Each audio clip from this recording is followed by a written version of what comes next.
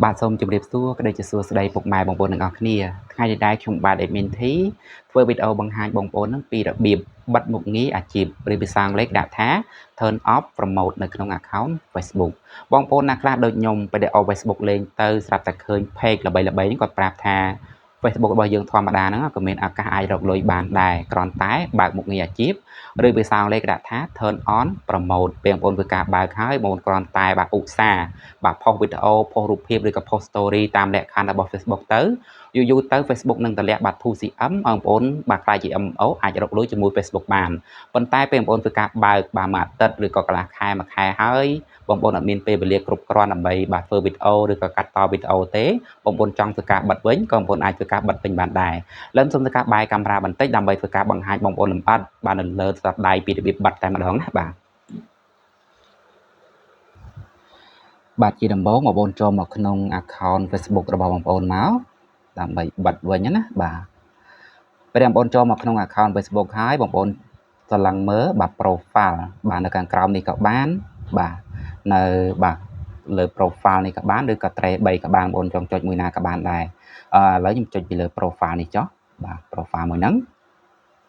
បាទពេលចូលមកដល់តម្រង profile ហើយបងប្អូននឹងឃើញបាទប្រទាំង dashboard នេះឬក៏ប្រទាំងគ្រប់គ្រងណាបាទជាភាសាខ្មែរអញ្ចឹងបងប្អូនចុចមើលសិនបាទចុចមើលសិនមកបាទនេះជាតនន័យដែលខ្ញុំធ្វើការបាត់ផុសវីដេអូឥឡូវធ្លាក់ហើយខ្ញុំអត់មានពេលវេលាធ្វើវីដេអូទេលើខ្ញុំចង់បិទវិញណាដោយសារតែបាទរវល់ណាបាទអញ្ចឹងបងប្អូន back ថយក្រោយមកឲ្យចេញមកដល់តម្រង profile ពេលដែលចេញមកដល់តម្រង profile ហើយបងប្អូនរកមើលបាទនិមិត្តសញ្ញាបាទចុច3នៅខាងលើនេះបាទជួនកាលនៅលើ Facebook ខ្លះវាចេញចុច3នៅត្រង់នេះបាទសម្រាប់ទូរស័ព្ទខ្ញុំបាទចុច3នៅខាងលើផុតបាទខាងស្ដាំដៃណាបាទរួចហើយចុចបន្តចូលមកបាទបន្ទាប់មកនឹងចេញមកដល់តម្រងបែបនេះបងប្អូនរកមើលនិមិត្តសញ្ញាព្រួយនេះបាទហើយភាសាអង់គ្លេសដាក់ថាបាទ turn off promote បាទចុចបន្តមកឬក៏បិទមុខងារអាជីពហ្នឹងណាបាទរួចហើយមកដល់តម្រងនេះបងប្អូនយកបាទអក្សរពណ៌សដែលហុំព័ទ្ធដោយពណ៌ខៀវហ្នឹងគេដាក់ថា continue មុនចុចបន្តមកបាទរួចហើយបងប្អូនចុចពាក្យថាបាទ turn បាទ off បាទមកដល់តម្រងនេះបងប្អូនមិនបាច់ចុចបាទអក្សរហុំព័ទ្ធដោយពណ៌ខៀវនឹងទៀតទេបងប្អូនចុច clock ខាងក្រោមហ្នឹងមកណាបាទដើម្បីបាទបិទបញ្ចប់ណាបាទតែប៉ុណ្្នឹងបងប្អូនបានបិទដោយជោគជ័យហើយបើសិនជាអត់ទាន់ឃើញ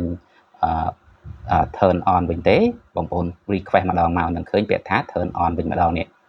គេដាក់ថា turn off turn on បាទ promote គឺមានន័យថាបងប្អូនចង់ធ្វើការបើកវិញក៏បើកវិញបានដែរណាបាទរួចចាំបងប្អូនធ្វើការបាទចេញឲ្យវិញមកបាទពេលចេញឲ្យវិញបាទអត់ទាន់រត់ចូលទៅក្នុង Facebook យើងធម្មតាវិញទេបងប្អូន request ម្ដងសិនណាបាទនេះបងប្អូនចេញមកដល់ទម្រង់ Facebook យើងធម្មតាគេដាក់ថាបាទ add story វិញណាបាទលែងចេញបាទdashboard ទៀតហើយឬក៏បាទផ្ទាំងគ្រប់គ្រងទៀតហើយណាបាទគឺលែងមានបាទអាជីពរកលុយជាមួយ Facebook ទៀតហើយណាបងប្អូនបាទដោយសារតែអត់មានពេលវេលាគ្រប់គ្រាន់បើសិនជាបងប្អូនចង់បាទរកលុយជាមួយ Facebook តើតាឧស្សាហ៍ផុសវីដេអូឲ្យបានញឹកញាប់បាទឲ្យបានជារៀងរាល់ថ្ងៃណាបាទប៉ុន្តែពេលខ្ញុំផុសទៅបាទអស់តែលុយកាតបងប្អូនបាទអត់ទាន់ធ្លាក់ 2CM ដល់ពេលអញ្ចឹងបាទអត់មានអារម្មណ៍ផុសបន្តណាបាទ